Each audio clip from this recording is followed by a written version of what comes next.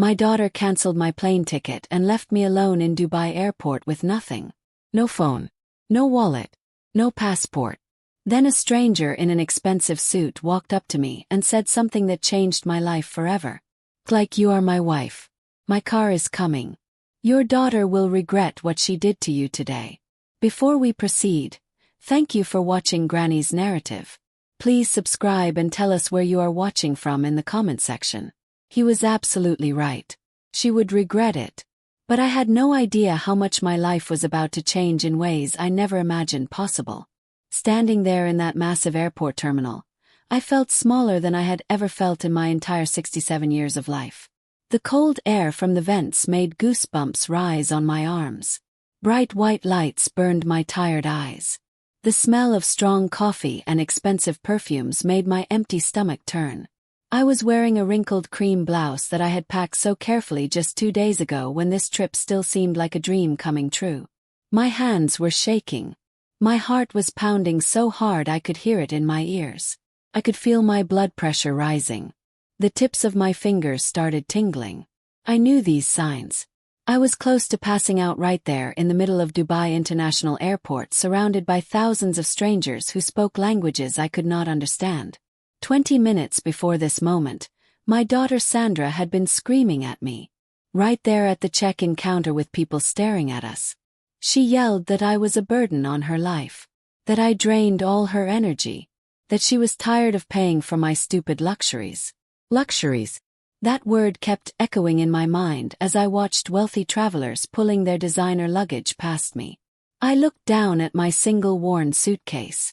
The one I had packed so carefully with clothes I had saved for 2 whole years to buy. This trip was supposed to be my dream. After working my entire life and barely having enough to survive, I finally saved every single penny of my small pension for 2 years. I wanted to see the desert at sunset. I wanted to remind myself that the world was bigger than the 4 walls of my tiny apartment. I wanted to feel alive again before I got too old to travel. But Sandra insisted on coming with me. She said it was to make sure I did not waste my money and then come begging her for help later. Those were her exact words. I agreed because deep in my heart, some foolish part of me hoped this trip would bring us closer. Maybe we could talk like we used to when she was little. Maybe she would stop looking at me with that cold anger I never understood. The argument started over something so small. I asked the airline worker if I could change my seat to one by the window. Just a simple question. But Sandra took it as a personal insult because she had paid for part of the trip. She leaned close to me with her voice so cold it made me shiver. You are pathetic, mother. You have always been pathetic. Then she smiled sweetly at the airport worker like nothing happened. Like she had not just stabbed me with her words. Then she said something that made my blood freeze. Dad died because he wanted to escape from you. You know that, right? He just wanted to breathe in a world without your weakness. My heart felt like it was being crushed. My husband David had died 23 years ago in a car accident. And ever since that terrible day, Sandra had used his death as a weapon against me. She blamed me for everything. She made me feel guilty for still being alive when he was gone. I tried to take a deep breath. Tried to hold back my tears. But before I could say anything, Sandra grabbed my brown leather purse right out of my hands. The last gift my mother gave me before she died. Sandra turned and started walking away fast. Sandra, wait. My documents are in there. I called after her. My voice was shaking. She did not even look back. She just kept walking with her blonde hair shining under the airport lights. For a few seconds I thought maybe she was just angry. Maybe she would come back. But then I watched her walk straight through the security checkpoint without turning around even once. That was when reality hit me like a punch to the stomach. My boarding pass was useless without my passport and documents. And Sandra had them all. She had planned this. She wanted to humiliate me one last time. She wanted to leave me stranded in a foreign country where I knew no one. Where I could not even speak the language. Panic came in waves. First denial. This could not be happening. Then anger. How could she do this to her own mother? And finally pure terror that made my knees feel weak. I was alone in Dubai with no passport, no money, no phone. and no way to contact anyone who could help me. I walked up to a security guard and tried to explain in my broken English. I pointed toward where Sandra had gone. I tried to tell them my daughter took my documents. But they looked at me with suspicion in their eyes. Like I was crazy. Like I was lying. One of them started making a phone call, and I knew they were probably calling someone to take me away. That was when I felt someone standing next to me. A tall man with perfectly combed silver hair and a gray suit that probably cost more than my entire year of rent. He had amber eyes that looked kind but also tired. Like he had seen too much pain in his life. He spoke to me in gentle English with an accent. "Are you in trouble?" Before I could answer, he leaned closer and his voice became urgent and serious. "Listen to me carefully. Pretend you are my wife. My driver is about to arrive. Trust me now. Ask your questions later." He took my hand gently but firmly. Then he whispered something that made my heart stop. "Your daughter will regret leaving you here. Promise you that." I looked at him. Then at the security guards walking toward me. Then at the huge cold terminal filled with strangers. In that moment, I made the craziest decision of my entire life. I held his hand tight and said yes. "Take me with you." Because standing there I realized something. I had spent my whole life waiting for other people to save me. My husband, my daughter, my family. And they had all let me down. They had all abandoned me in different ways. Maybe it was time to take the hand of a stranger and find out who I really was when I had no one left to depend on. A shiny black car pulled up outside. The driver wore white gloves and opened the back door. The man gestured for me to get in. "Please." Climbed inside. The seats were soft leather. Everything smelled new and expensive. The door closed and suddenly the chaos of the airport disappeared. We started moving and I watched the lights fade away in the mirror. My brain started working again. What had I just done? I got into a car with a complete stranger in a foreign country. I had no idea where he was taking me. I could disappear and no one would ever know what happened to me. "Take a deep breath," he said without looking at me. "I know this seems insane. But you are safe now. Promise. Why are you helping me?" Yes. My voice sounded strange. Too high. Too scared. He turned to look at me. In the dim light of the car, I could see a thin scar above his eyebrow. Deep lines around his eyes. The face of someone who had lived through too much loss.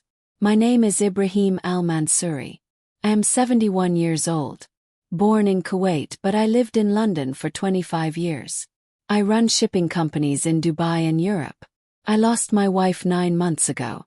His voice got quieter on those last words. "When I saw what your daughter did to you, I recognized that kind of pain. That kind of cruelty. My son has the same cold smile when he tries to hurt me. I am sorry about your wife," I whispered. He nodded slowly. "I saw your daughter take your bag. I saw the way she looked at you when she walked away. I know that look. So you help random strangers because of that." "Not random." He straightened his jacket. "I need something from you. Nothing bad. Nothing immoral. I need you to pretend to be my wife for a few hours.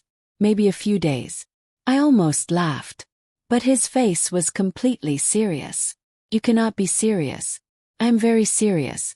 Tomorrow I have an important business meeting with very traditional investors. These men do not trust widowers. They think we are unstable. Too emotional to make good decisions. My wife always came to these meetings with me. Without her I lose respect. I cannot afford to lose this deal. It is worth hundreds of millions." The number was so big I could not even imagine it. "You could hire an actress," said. "I tried that," he replied.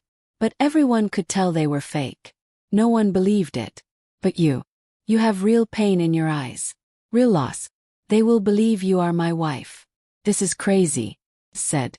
"Yes, it is," he agreed. "But what other choice do you have? Go back to the airport with no documents. Call your daughter who just abandoned you. Or accept my offer.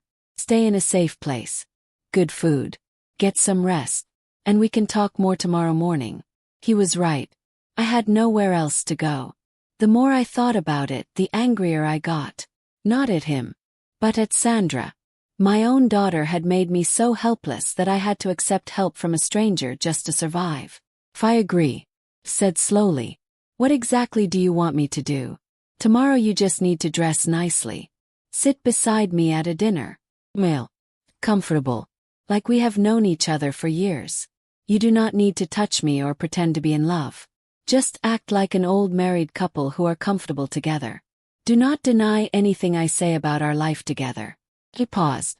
In return, I will give you a safe room, good food, a phone so you can call anyone you need to. And when this is finished, I will pay you $15,000. $15,000. That was half a year of my pension. More money than I had seen in years. I stared at him. Why should I trust you? He smiled a little. You do not have to trust me. But ask yourself this. If I wanted to hurt you, would I tell you exactly what I want?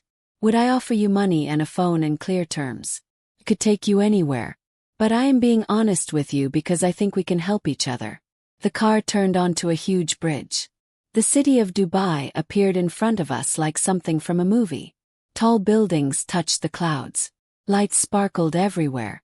It was beautiful and terrifying at the same time. A world so different from everything I knew. Maybe that was exactly what I needed. Because the world I came from, the world where I was a quiet, obedient mother who accepted whatever scraps of love were thrown at her, that world had thrown me away like garbage. I looked at Ibrahim. Really looked at him. He was exhausted too. Holding his business together while the people who should love him betrayed him instead. I saw the same loneliness in him that I carried inside me. The kind that comes when your own child sees you as a burden instead of a person. All right, I heard myself say. I will be your wife. But I have one condition. He raised his eyebrow. What condition? You help me find out what my daughter did. She brought me here just to abandon me. I want to know the truth. And when I have proof. I swallowed hard. You help me make sure she never does this to anyone else ever again. Ibrahim held out his hand. We have a deal. I shook his hand. In that moment I knew my life had just changed forever. When the ground disappears under your feet, sometimes the only choice left is to learn how to fly. Even if you have to fly next to a stranger. Ibrahim's house was like something from a magazine. We drove to an island shaped like a palm tree. The gate opened by itself. Small lights in the ground lit up a stone driveway. Tall palm trees lined both sides. The house was a mix of old Arabic design and modern glass. White arches, huge windows, a fountain in the front yard with blue lights that made the water glow. When I got out of the car, I felt the warm breeze from the ocean. Smelled like salt and jasmine flowers. My cheap sandals touched the cool marble floor, and I suddenly worried I would leave dirty footprints. A woman appeared at the front door. She looked about 45 years old. She wore a purple dress and a silk scarf. Her eyes were calm and kind. This is Nadia, Ibrahim said. She has worked for me for many years. She will take care of you. Welcome, Mrs. Denise. Nadia said in soft English with an accent. Your room is ready. You must be so tired. Tired did not even begin to describe how I felt. Before I followed Nadia upstairs, Ibrahim touched my arm lightly. Tomorrow Nadia will take you shopping for nice clothes for the dinner. For now just rest.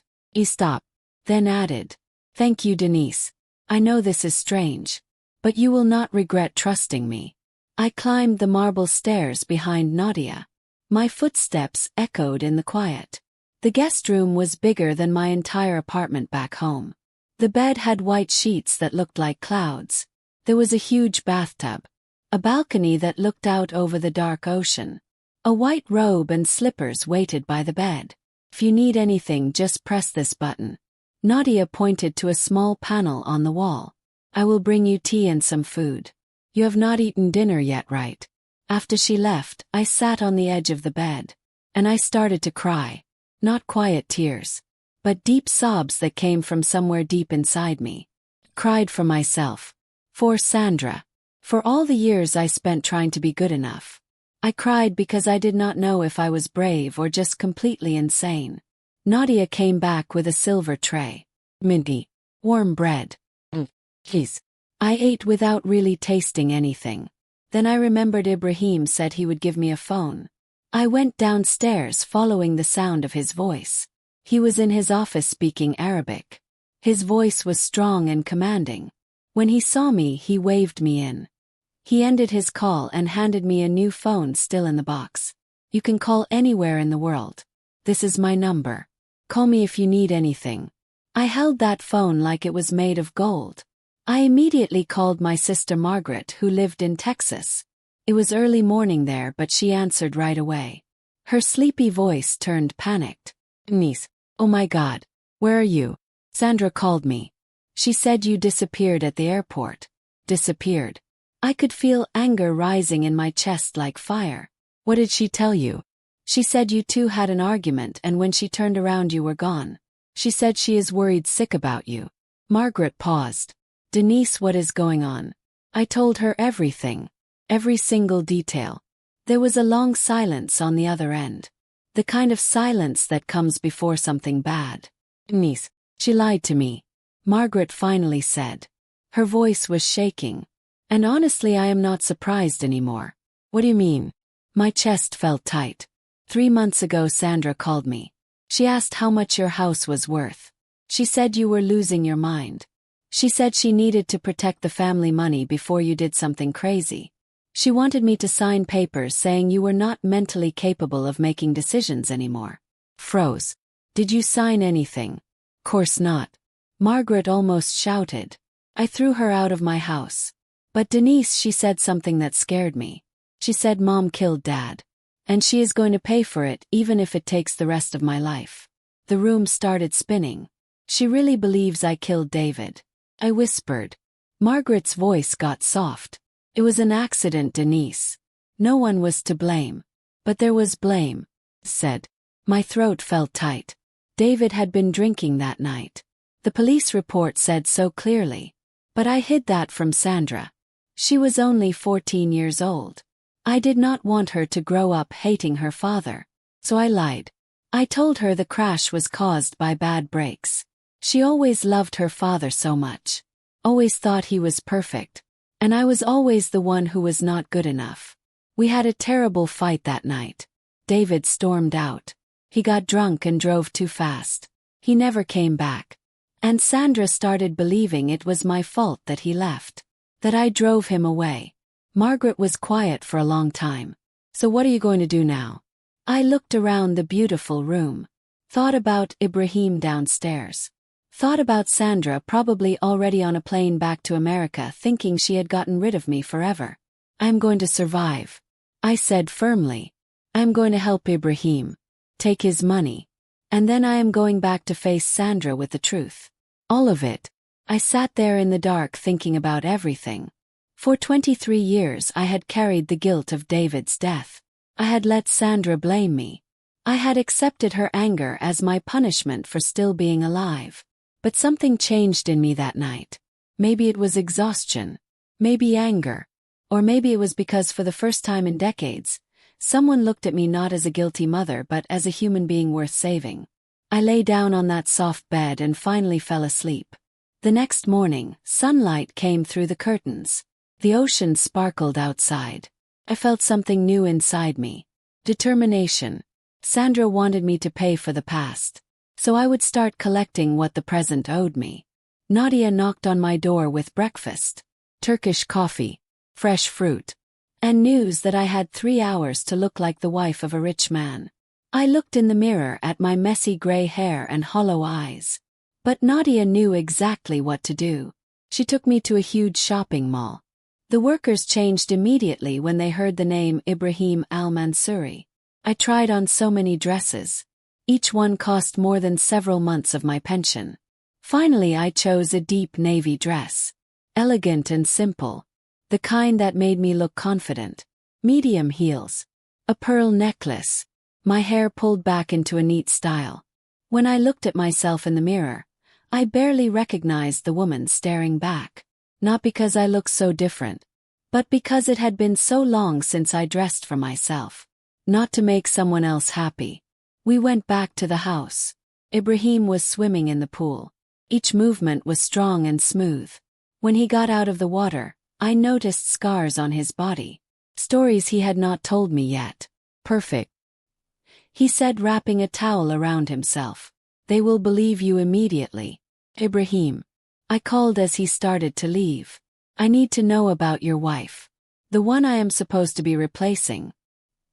He turned and his face softened. Layla. My wife died of cancer. 8 months of pain. The treatments cost everything we had emotionally and financially. We tried experimental medicine in Switzerland. Cost a fortune. He sat down on a chair looking older than his years. My son Tariq saw my grief as weakness. He tried to make me sign papers giving him control of the company while I was still alive. I refused. After that he started spreading rumors that I was senile, that I was not capable of running the business anymore. Tomorrow's meeting is my only chance to prove I am still strong. But these investors are very traditional. A lonely widower makes them nervous. They think I will make desperate emotional decisions. Ibrahim laughed, but there was no humor in it. And maybe I did make a desperate decision. I let a stranger into my car. Fair point, said. We spent the whole afternoon practicing. He told me about his shipping business. Headquarters in Dubai with offices in 12 countries. He taught me the names of his business partners. We created a fake history of our marriage. We met at a conference in Barcelona 30 years ago. He had one son named Tariq. I had one daughter named Sandra.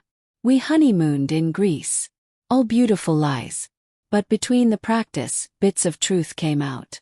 Ibrahim told me Layla loved gardening. She could make roses grow in the desert. In her last days she held his hand and said, "Do not let Tariq destroy what we built." I told him about David, a brilliant engineer who understood how to build bridges but not how to handle his own problems. I told him about the debts after David died. Debts I paid in silence, even when it meant selling my mother's small farm. Sandra never knew the real cost of keeping our life together. I also told him I kept every receipt and bank transfer in a box at home. Because someday I might need proof that I was not the useless mother Sandra believed I was. Has she accused you of other things? Ibrahim asked. He nodded. At the airport she said her father died trying to escape me. That I was the burden he could not stand. And you believed that for 23 years? He asked softly. I looked out at the water. Not anymore.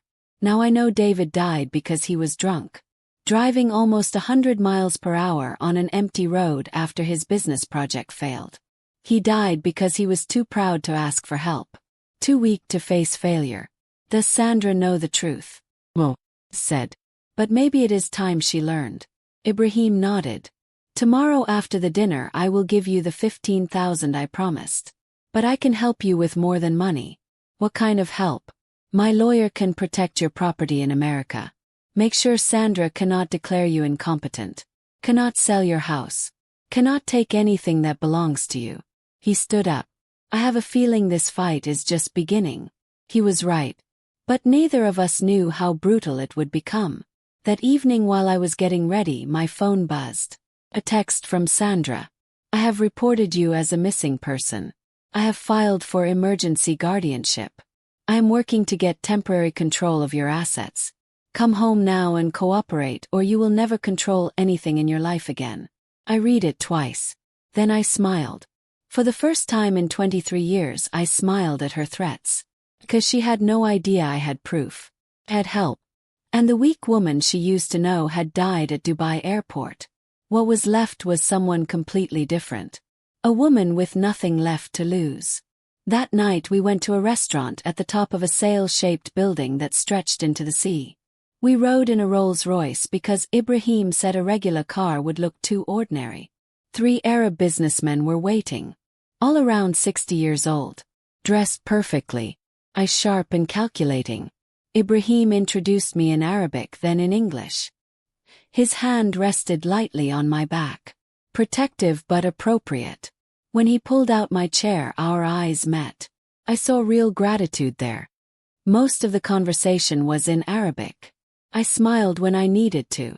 Sipped water. Listened carefully. One man, Khalil, twisted a ring on his finger while he thought. The second Ahmed laughed loudly and hit the table when he agreed with something. The third Faisal said almost nothing. His eyes were like a hawk watching everything. It was Faisal who suddenly turned to me and spoke in English with an accent. "Mrs. Al-Mansuri, your husband says you worked in hotels. Tell us about that." The table went quiet. Ibrahim tensed slightly. I put down my water glass, took a slow breath, and decided to tell the truth. I worked 30 years in the hotel industry. From front desk clerk to operations director at a 4-star hotel in Miami. I managed over 85 employees. When I left, our occupancy rate was 93%. We won the Regional Excellence Award 7 years in a row. They were quiet for a moment. Then Khalil asked, "Why did you stop working?" Could have lied. But I looked at Ibrahim and saw the same exhaustion I felt. The exhaustion of living behind masks. "My husband died," said simply. "I had to raise my daughter alone. When she grew up, I realized I had forgotten who I was beyond being a mother and a widow. So I retired early. And I disappeared from the world for a while." The table was completely silent. Ahmed stopped laughing. Faisal tilted his head, studying me differently. Finally Khalil nodded. "Honesty is rare in business," he said quietly. The mood changed after that. They started talking about opening a chain of boutique hotels across the Middle East. Ibrahim showed them numbers and strategies. When he paused, Khalil asked, "Does your wife agree with this plan?" The question was not in the script. Ibrahim looked surprised.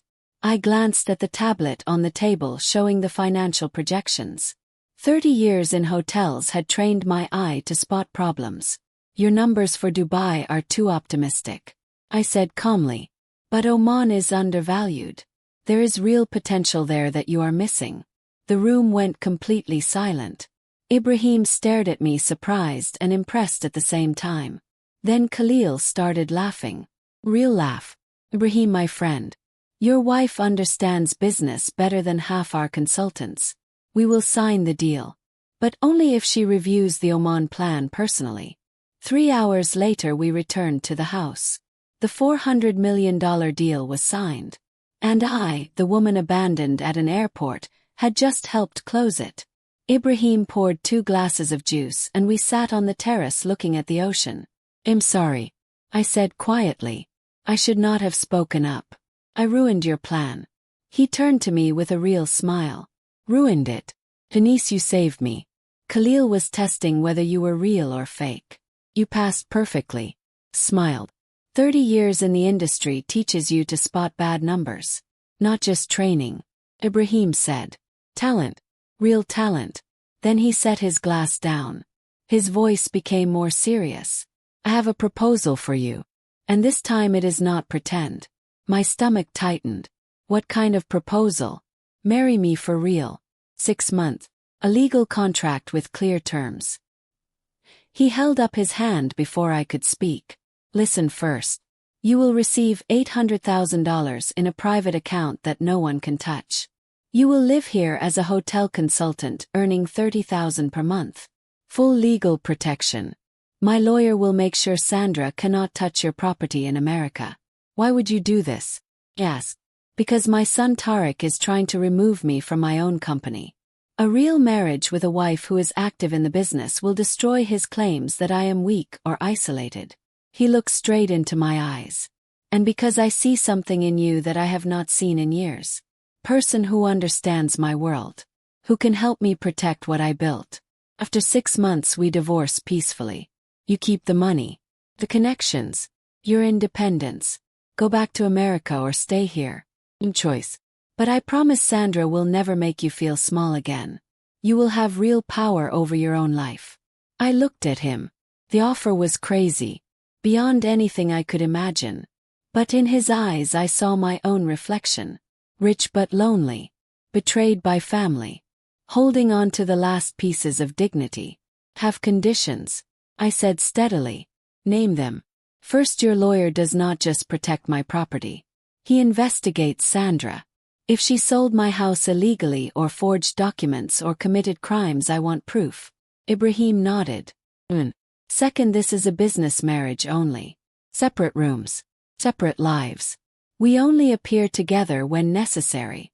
Mutual respect. Nothing romantic. Agreed completely. Third. I hesitated then spoke.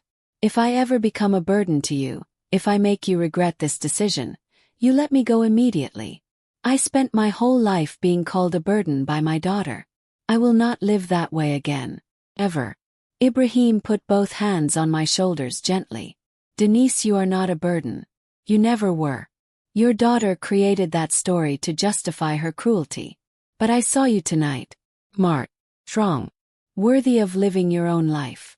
He smiled. I accept all your conditions. But I have one of my own. You must promise to stop apologizing for existing. Tears filled my eyes. Not from sadness but from something I had almost forgotten. Oh, we have a deal, I whispered. 3 days later Ibrahim and I signed marriage papers at a government office in Dubai. 6-month contract. The ceremony was quick and cold. Just a few official witnesses. No flowers. No music. No romance. Just signatures on papers that changed the direction of my entire life. When I came back to the house as Denise Al-Mansouri, I took a photo of our marriage certificate. I sent Sandra one simple text. I am alive. I am married. From now on you have no power over me. See you in America when I decide to return. Her reply came in seconds. Have you lost your mind? I smiled at the screen. Maybe I had. But it was the sanest madness of my life. The next 4 months were the most intense I ever experienced. Ibrahim was not joking when he said I would actually be working. On the second day after our marriage, I was already in meetings reviewing blueprints for hotels being built. At 67 years old, my schedule suddenly became busier than I ever thought possible. I woke at 6 in the morning, drank quick coffee, joined video meetings with architects on 3 continents. Lunch became working meals where I was introduced not as Mr. Al-Mansouri's wife, but as a hotel operations consultant. I discovered talents that had been sleeping for years. My time managing hotels had not just given me a job. It had sharpened my eye for efficiency and detail. I took the Oman project I first mentioned at that investor dinner and turned it into a complete business plan. When I presented it, Khalil was so impressed he asked me to fly to Muscat and meet the local partners myself. I flew alone wearing a sand-colored suit Nadia picked out. Carrying a tablet with a presentation I spent 3 weeks perfecting. 10 men looked at me at first like I was just decoration. 15 minutes later they were taking notes. 30 minutes later they were asking detailed questions about seasonal occupancy and cost management. I closed that deal completely on my own. When I returned to Dubai, Ibrahim was waiting with sparkling juice and a smile that lit up his tired face. You are extraordinary, he said. I was afraid you might be intimidated. But you were brilliant. Ibrahim continued pouring more juice. Khalil told me you have more strategic vision than the consultants he pays $50,000 per report. I took a sip and felt something I had not felt in years. Pride. Not the kind that comes from pleasing others, but the kind that comes from proving yourself. Meanwhile, back in America, Sandra was losing control. Margaret, my sister, kept me updated. Sandra filed a court petition claiming I was being manipulated by a foreign man. She tried to freeze my bank accounts, tried to finalize selling my house. But she ran straight into the legal team Ibrahim assembled. 3 lawyers sharp and relentless. They blocked every move she made with documents I did not even know existed. Then I learned the full truth. Ibrahim's legal team discovered evidence detailed in a report so thick it made my hands shake. I read it once, then again, until denial finally died. We can press criminal charges, the lead lawyer Mr. Stevens said during a video call. Forgery, embezzlement, fraud. She could face 2 to 6 years in prison. I sat there staring at the documents. That was my daughter, the child I held in my arms, the teenager who cried on my shoulder when her father died. Now the woman who stole everything I owned. Finally I spoke quietly. Not yet. Keep all the evidence but do not act. Ibrahim looked surprised. Oui. She deserves punishment. Yes, she does. But if I act now, people will say you manipulated me. They will claim I am seeking revenge out of emotion. I need to go back to America. Look her in the eye. Let her see I am her equal, not her victim. If she still tries to destroy me after that, then I will strike back with everything." Ibrahim smiled slightly. "You really are a strategist. 30 years dealing with difficult hotel customers," said. "Sandra is just another problem client. The only difference is this time I can fire her." That night I sat alone and wrote a letter. Not to Sandra but to myself. I listed every sacrifice, every lie I swallowed, every time I made myself smaller so she could feel bigger. Not to complain but to remember. To never forget the cost of loving a child who turned love into a weapon. My life in Dubai started blooming in ways I never imagined. Nadia and I became real friends. She taught me how to cook Middle Eastern food. Shared stories of her life. A bad marriage in Spain. The decision to start over in Dubai. I met other women at social events. All expats like me. We formed a small group meeting every Thursday for coffee. Astrid, a 64-year-old Swedish woman, told us she divorced at 59 after years of abuse. Now she owned a successful art gallery. Yuki, a 70-year-old Japanese woman, ran 3 restaurants after her children called her a burden and kicked her out. Their stories were different, but the pain was the same. Each of us had been made to feel invisible, disposable, until we stood up and took back our lives. One day Astrid said while holding her coffee cup, "You know, Denise, loneliness from being abandoned hurts much more than loneliness you choose. I would rather be alone and authentic than surrounded by people who make me feel small." I held on to that sentence like a lifeline. When the 4th month came, Ibrahim called me to his office. His tone was calm and serious. "The contract has 2 months left. I need to know what you plan to do after." The question surprised me because I truly had options now. "I'm not sure," I admitted. "I need to return to America to settle things with Sandra. Close that chapter." Then I looked at him. "But I think I want to come back. Not as your wife but as your business partner. I want to keep working. Finish the Oman project." Ibrahim smiled. A rare smile that made him look years younger. "Then we will have much to discuss about a new contract. But fate always interrupts plans." 3 days later, while I was reviewing hotel blueprints, my phone rang. Margaret. Her voice was tense. "Denise, Sandra is coming to Dubai. She bought a ticket. She lands tomorrow." My blood turned cold. "How does she know where I live?" "No idea. But she is furious. She is posting on social media saying she is going to rescue her mother from an international conman. She is making it a public spectacle." Margaret paused. "Denise, she is coming for war." I hung up, gripping my phone. My breathing was heavy. Sandra wanted a fight. Fine. She could have one. But this time the battlefield was mine. And I had weapons she did not know existed. She arrived like a hurricane. No warning.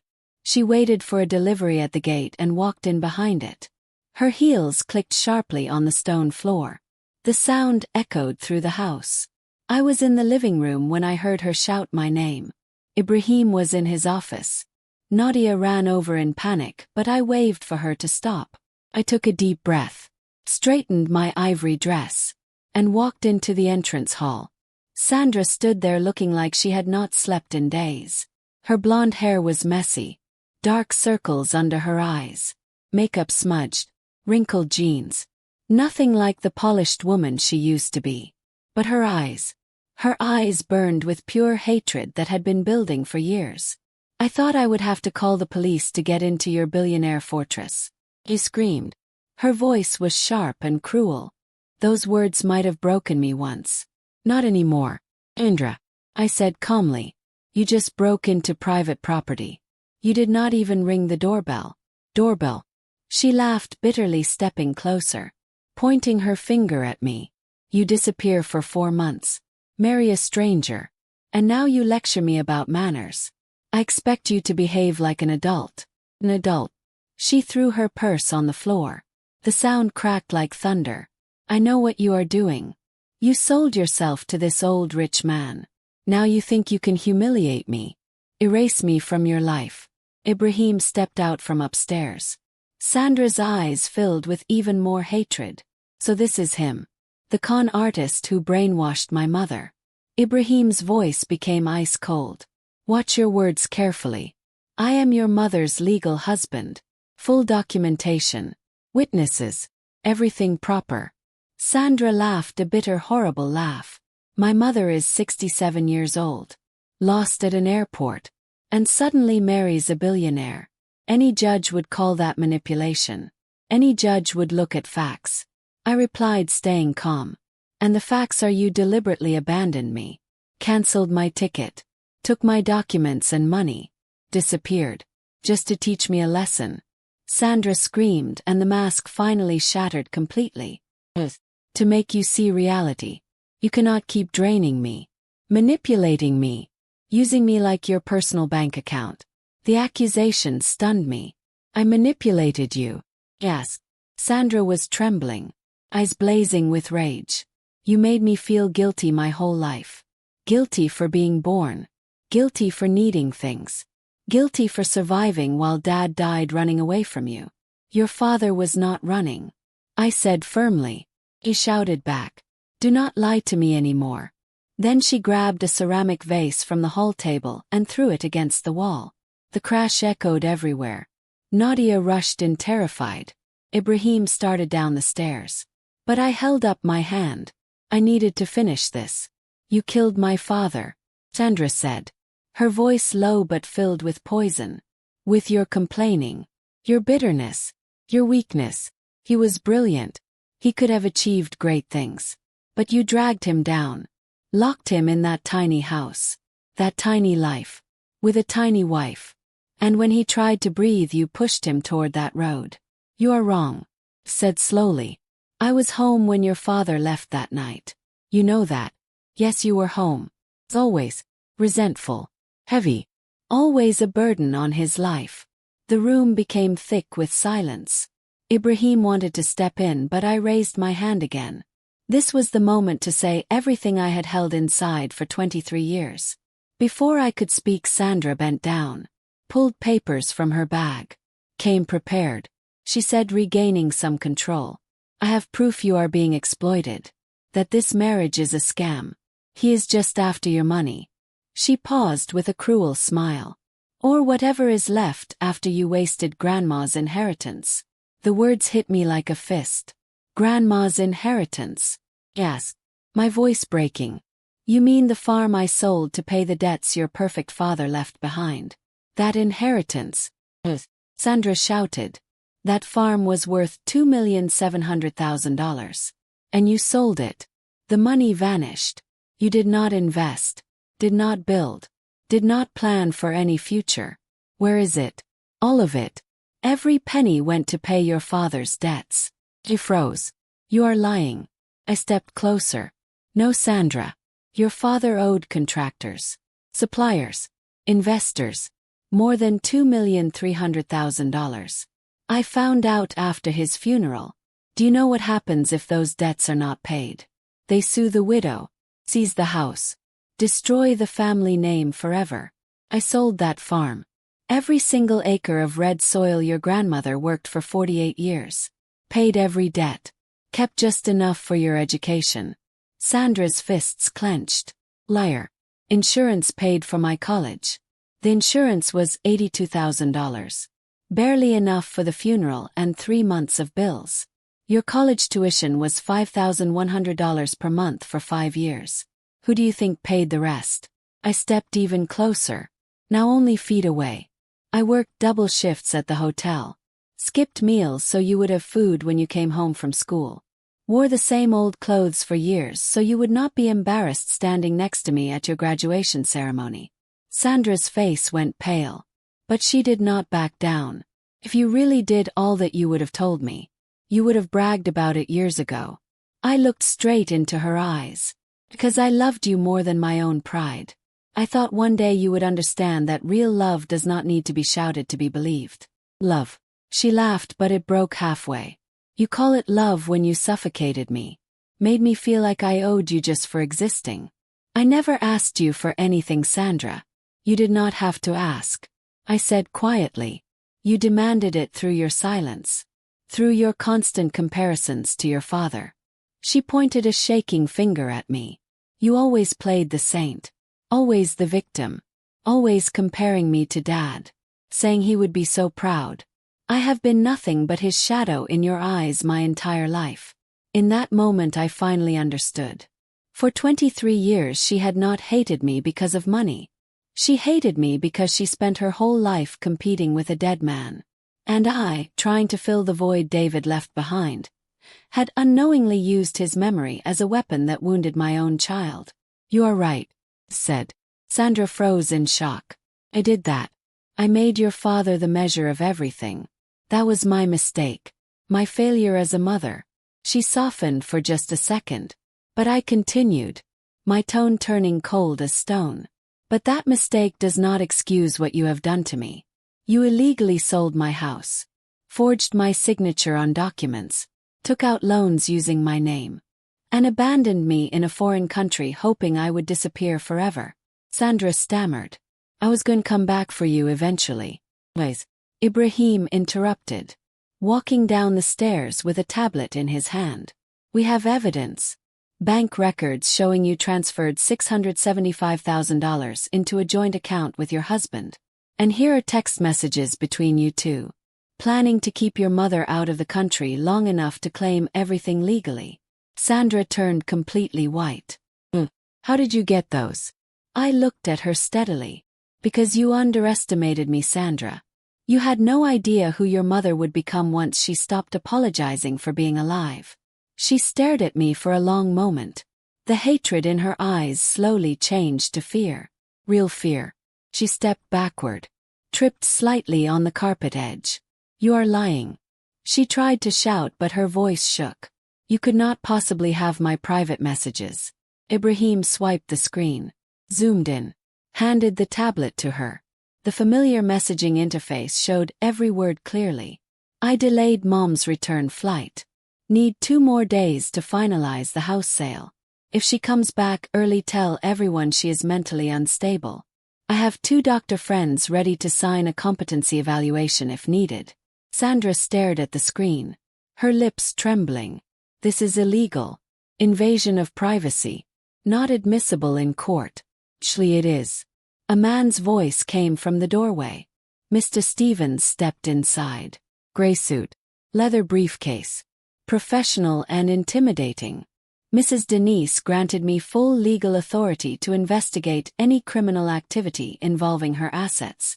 All evidence was obtained legally within international law. He placed his briefcase on the hall table, opened it, revealed perfectly organized documents, the forged power of attorney, notarized through bribery. The notary has already confessed. The fraudulent property sale undervalued to avoid taxes. Credit applications using the victim's identification. Over $115,000 in vehicle loans misappropriated. He removed his glasses. Fixed his gaze directly on Sandra. We have sufficient evidence for charges of fraud, forgery, embezzlement. Combined sentencing guidelines suggest 6 to 12 years in federal prison. Sandra grabbed the edge of a chair. Her face completely white now. Well, I'm a doctor. I have a reputation. Career. You did have those things. I said softly. Once the medical board receives these documents, they will open a full investigation. Your license will likely be suspended. Possibly revoked permanently. She looked at me like I had become a monster. You would really do that? Destroy your own daughter? The question hung in the air. Ibrahim. Nadia. Mr. Stevens. Everyone waited for my answer. I took 3 slow breaths before speaking. I do not know yet. Surprise flickered in Sandra's eyes. Because part of me still remembers who you used to be. The part of me that stayed up all night when you had fevers. The part that kept every drawing you made in elementary school. Still in that old shoebox in the house you sold without asking. Tears rolled down Sandra's cheeks. But they were not tears of regret. They were tears of pure rage and frustration. So this is blackmail. If I do not obey, you will ruin my entire life. Well, I said, walking to a desk. Opened a drawer. Pulled out a worn leather folder. I brought this from America. You never knew it existed. And now I am giving you something you never gave me. The truth. I placed it in her trembling hands. Sandra opened the folder. Her fingers shaking so badly the papers rustled.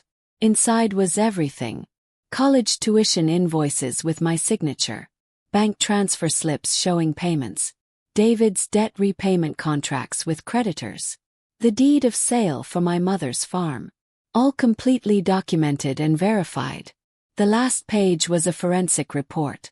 One I had never shown anyone in 23 years. Cause of death. Cranial trauma due to motor vehicle accident. Blood test results. Blood alcohol content 0.32. 4 times the legal limit. Conclusion. Driver was severely intoxicated at time of crash. Sandra read it once. Then again. Her hands shaking so violently the paper made noise. Whoa. Dad did not drink like that. You made this up somehow. The original report is archived at the county medical examiner's office. Case number 41780. I said steadily. You can verify it yourself anytime. Your father left our house at 10:15 that night. After learning his construction project went bankrupt. He drank an entire bottle of whiskey. The one he had been saving to celebrate his success. Then he got in his car and drove into the darkness at dangerous speed. He was not running from me, said, my voice finally cracking. He was running from his own shame. His own failure. I tried to stay calm but my voice shook with emotion I could not control anymore. David was brilliant, yes. But also arrogant, impulsive, completely incapable of admitting mistakes.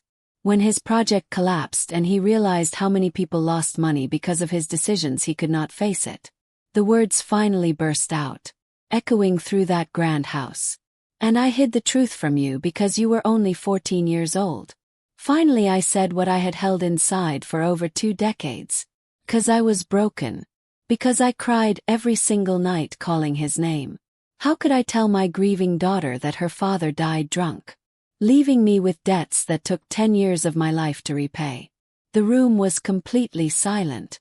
Even Sandra stopped breathing for a moment. I took a deep breath, my voice dropping lower. I swallowed the truth, the anger, the injustice of having to protect the honor of a man who left me in complete ruins.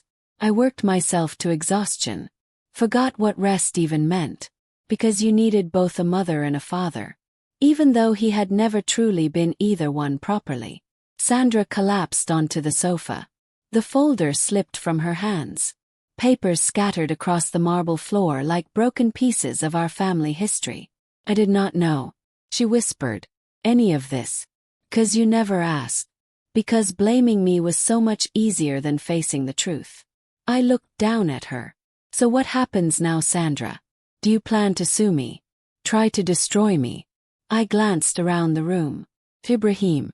At Mr. Stevens. Then back at Sandra crumpled on the sofa.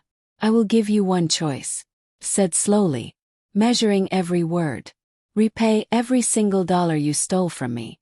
Either legalize the house sale properly or buy it back at current market value. Cancel all the loans you took in my name.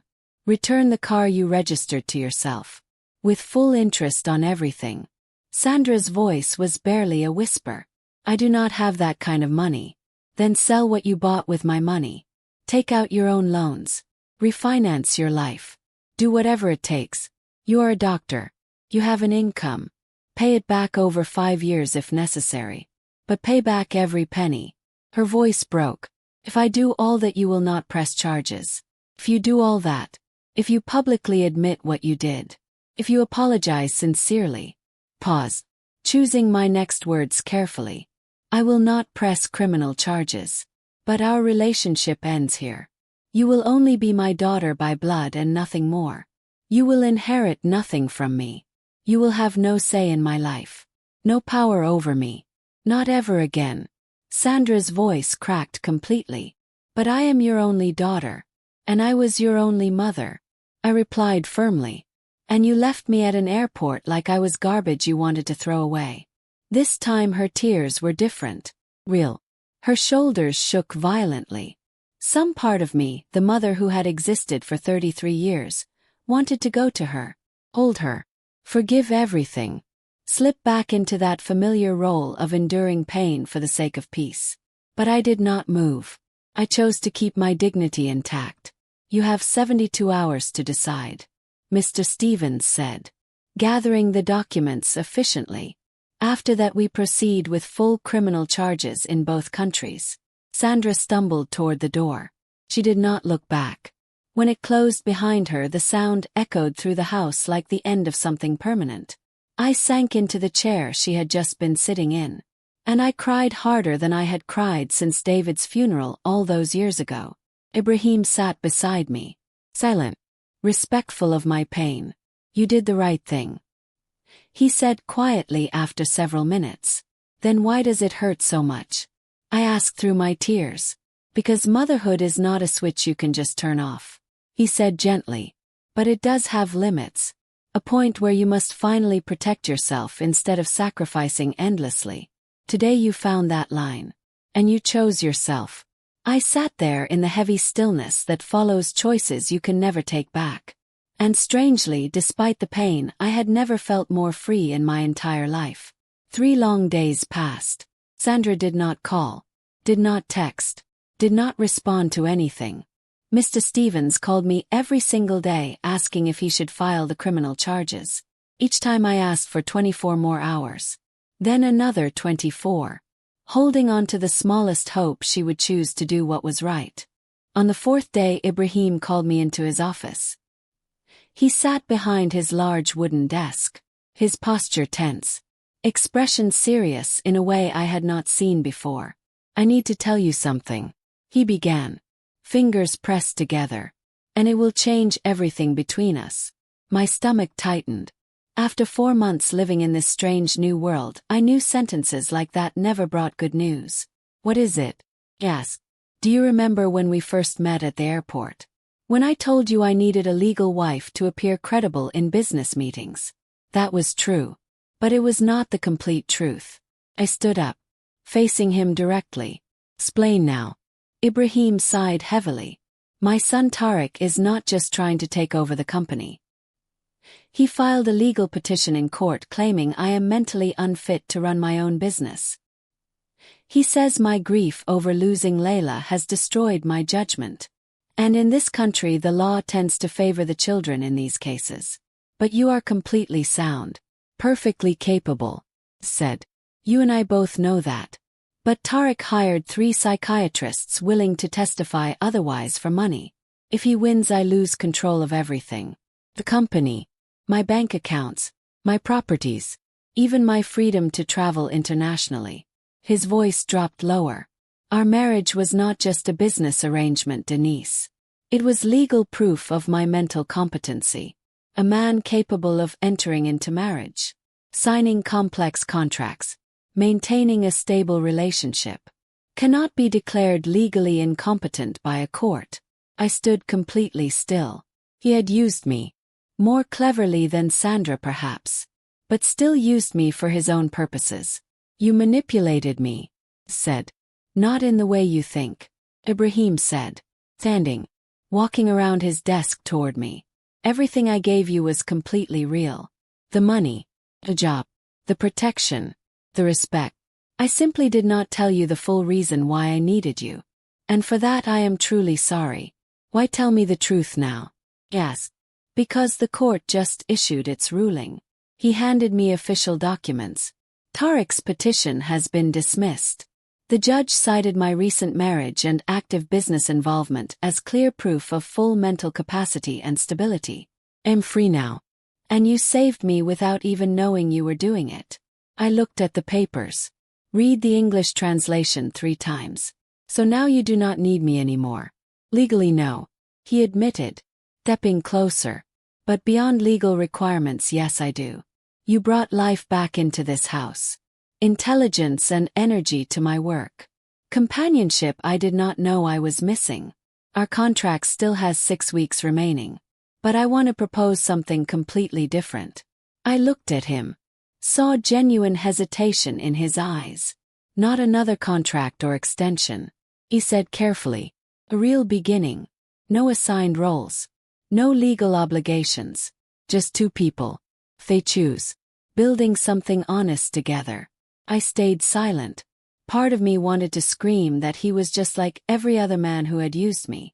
But the part of me that had grown and changed over these 4 months knew something different. He was just trying to survive his own family betrayal. Exactly like I had been doing. I need time to think about this. Said finally. Course. He replied. Take all the time you need. But know this. What I feel now is not strategy or manipulation. It is real. I left his office. Stood by the large windows watching sunlight dance on the ocean water.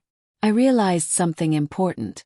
I was no longer the desperate, fragile woman who climbed into that Mercedes 4 months ago just trying to survive another day. This woman standing here now wanted to truly live. Fully and completely. My phone rang. Unknown number. American area code. Sandra's voice was shaking. I need to see you. Please. Can you come to my hotel? My first reaction was to refuse immediately. But something in her voice, trembling, exhausted, raw with emotion, made me hesitate. Which hotel? Asked. Atlantis. Room 2847. Please, Mom. It is important. Hung up. My hand still gripping the phone tightly. On one side was Ibrahim with his partial truth confession. On the other side was Sandra with her desperate plea. Two people who had used me in different ways. Both now asking for something from me. I went downstairs. Found Ibrahim reading business documents in the living room. Sandra wants to meet. Said. I'm going to see her. He stood immediately. I will drive you. Wait outside the hotel in case you need anything. The drive was silent. When we arrived at the hotel, Ibrahim took my hand gently. Whatever you decide. About her. About me. About your entire future. Choose what you truly want, Denise. Not what is easy. Not what is expected. What you actually want for yourself. I stepped out of the car. My heart pounding. Took the elevator up to the 28th floor. Knocked on room 2847. The door opened. Sandra stood there. Hair pulled into a messy knot. Wearing an old sweatshirt. Face swollen from crying for days. And sitting on the sofa beside her was Matthew. Her husband. The lawyer who had helped her file false paperwork and cover her tracks. He is here. I said immediately. I am not coming inside. That man needs to leave right now. Sandra turned to him. Her voice surprisingly strong. Matthew, get out. He stood up. Walked out without saying a single word. When the door closed, Sandra collapsed back onto the sofa. Burst into uncontrollable tears. Her whole body shaking. He left me. A sob. When he found out you had enough evidence to press charges, Matthew packed his bags and left. He said he would not risk his legal career for my family drama. Just like that. 7 years of marriage. I stood there, arms crossed, forcing myself not to give in to old instincts to comfort her. So you called me here for pity? Asked. Mo. She lifted her red swollen eyes to meet mine. To ask for real forgiveness. A sincere apology. Not because I am trapped, but because. Her voice cracked completely. Because I finally understand what I did to you. What I became. Understand how exactly. I read every single document you gave me. Every receipt. Every payment slip. Every number. You worked nearly 10 years to pay for my education. You sold Grandma's entire farm to protect Dad's reputation. And I turned all of that sacrifice into a weapon against you. I nodded slowly. Because it was easier for you to hate me than face the truth. That you spent 25 years worshipping a man who did not deserve it. Because admitting that would mean accepting you are not the perfect daughter you thought you were. That maybe you are just flawed and human like everyone else. The room fell completely silent except for the faint hum of the air conditioning unit. You are not ordinary, Sandra. Said. You are a skilled doctor. Successful. Intelligent. But you. I paused, searching for the right word. You have been cruel. Selfish. So obsessed with an imaginary competition between us that you forgot how to be kind to the person who loved you most. No. She whispered. And I do not think I deserve forgiveness. But I will repay everything. I will sell the car, take personal loans, work extra hospital shifts, live in a small apartment. Whatever it takes, I will meet every single condition you gave me. I sat down across from her, exhausted to my core. Why, Sandra? 'Cause Matthew left you. 'Cause you are alone now. 'Cause I realized you were alone too. She said softly. For years. And even then you never abandoned me. Not until I forced you to by doing something unforgivable. We sat there, mother and daughter, separated by 4 months and 25 years of accumulated pain. I knew forgiveness could not happen instantly, could not be forced or rushed. But maybe with time and real change it might slowly become possible. 2 years later I sat on the balcony of my apartment in Muscat, Oman, watching the sun sink into the Gulf of Oman, painting distant mountains in shades of deep orange and red. Next to me was a stack of reports from the hotel we had opened 3 months earlier, the Elismer Boutique, the first in a planned chain of 5 luxury locations, 91% occupancy rate, 4.8-star average guest rating, first quarter profits exceeding all projections by 18%. My phone buzzed. A message from Nadia, now the general manager of our Dubai property. Mrs. Denise, a guest in room 304, asked for you personally by name. Said they will return when you are available. Smiled. That was exactly the kind of problem I enjoyed solving. Ibrahim stepped onto the balcony, holding 2 cups of cardamom tea. He looked older now, more gray in his hair, deeper lines around his eyes. But his expression was lighter than I had ever seen it in all the time I had known him. He sat beside me. The final blueprints for the Salalah Hotel just arrived. He said, "Do you want to review them today or tomorrow?" "Tomorrow," I replied. "Today I just want to enjoy this exact moment." I pointed toward the sea, where the sunset glowed deep crimson, the place where my entire new life had been slowly rebuilt, brick by brick. Choice by choice. Legally our contract marriage had officially ended 18 months earlier. But when that day came neither of us mentioned divorce or separation. Instead Ibrahim simply asked, "Would you like to go out for dinner tonight?" We went. The next morning we both woke up and went back to work. As if there had never been an expiration date on our partnership. There were no dramatic love confessions. No movie-style romantic gestures. Just quiet companionship, mutual respect, and understanding born from 2 people who had both experienced deep loneliness and betrayal. "Tariq called yesterday," Ibrahim said calmly, sipping his tea. "He wants to talk. Says he is ready to make peace." "And what did you tell him?" I asked. "I told him the door opens when he apologizes sincerely, not when he wants to negotiate for business advantage."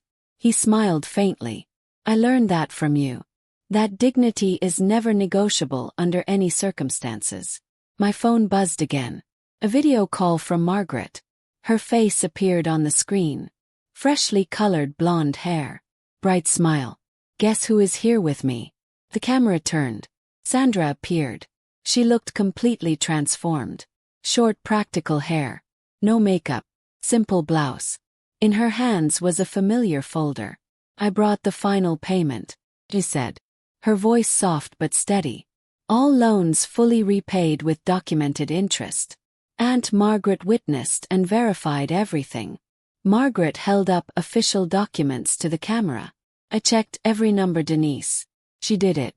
Down to the last cent. Every penny accounted for." I felt a lump form in my throat. Over the past 2 years Sandra had sold her expensive apartment, moved into a small rental, taken extra shifts at the hospital, lived extremely frugally, all to repay what she had stolen. "Thank you for confirming that," said, keeping my voice steady. Sandra stopped herself, then corrected. "Niece, I do not expect you to see me as your daughter again. I know I completely destroyed that relationship. But I want you to know I am trying every day to become the kind of person who deserves to be in your life someday." Ibrahim placed his hand gently over mine. Quiet, steady warmth. "I see that," said, "and I respect the effort. But rebuilding trust takes a very long time. A lot of time." I understand completely, she said, her eyes glistening but staying dry. I do not expect anything else. I just want you to know I will be here, waiting, when and if you are ever ready. I ended the call, looked out at the darkening sea. Ibrahim sat quietly beside me, respectful of whatever I was feeling. Will you forgive her eventually? Yes. I do not know if complete forgiveness is even possible, I said honestly, then smiled slightly. But I can give her the chance to prove she truly changed. That seems fair. 3 months later I launched the New Beginnings Project, a free training center for women over 60 who wanted to return to work after years away. We taught computer skills, hotel management, professional cooking, basic business administration, everything practical. The first class had 18 students, widows, divorced women, forgotten souls who thought their lives were over, just like I once believed about myself. During the opening session I shared my complete story. Every painful detail. Everyone in that room cried. A 73-year-old woman raised her hand and asked, "Were you not terrified to start over at your age?" I laughed gently. I was absolutely terrified. But I learned something important. Courage is not the absence of fear. It is choosing not to let fear control your decisions and your life. The program grew rapidly. 6 months later we added 2 more classes. 1 year later we were running 4 simultaneous sessions. Yuki, my Japanese friend in Dubai, opened a branch in Tokyo. Astrid, my Danish friend, organized internship placements at her art gallery and other businesses. We became a global network of women stepping out of shadows together. Sandra came to the opening of our second branch in Miami. She did not try to speak to me directly, just volunteered quietly all day, serving coffee, arranging chairs, helping elderly women fill out registration forms, acting like regular staff.